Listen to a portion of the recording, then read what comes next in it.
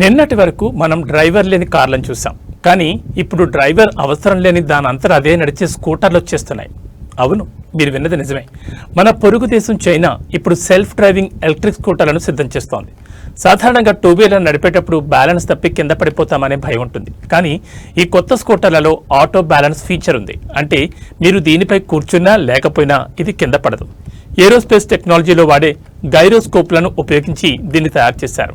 Traffic signal దగ్గర ఆగినా మీరు కాళ్ళు కింద పెట్టాల్సిన అవసరం లేదు, స్కూటరే మిమ్మల్ని నిలకడగా ఉంచుతుంది. అంతేకాదు, ఇందులో హలో పైలట్ అనే స్మార్ట్ సిస్టమ్ ఉంది. మీరు ఆఫీస్లో ఉండి ఫోన్ ద్వారా కమాండ్ చేస్తే పార్కింగ్లో ఉన్న మీ స్కూటర్ దాని అంతటా అదే మీ దగ్గరకు వస్తుంది.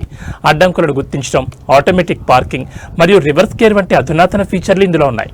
2026 నాటికి ఇవి పూర్తి స్థాయిలో రోడ్లపైకి వచ్చే అవకాశం ఉందని నిపుణులు చెప్తున్నారు.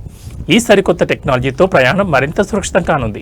చూసారుగా, భవిష్యత్తులో వాహనాలు మన ప్రమేయం లేకుండానే మనల్ని గమ్యస్థానాలు చేర్చబోతున్నాయి.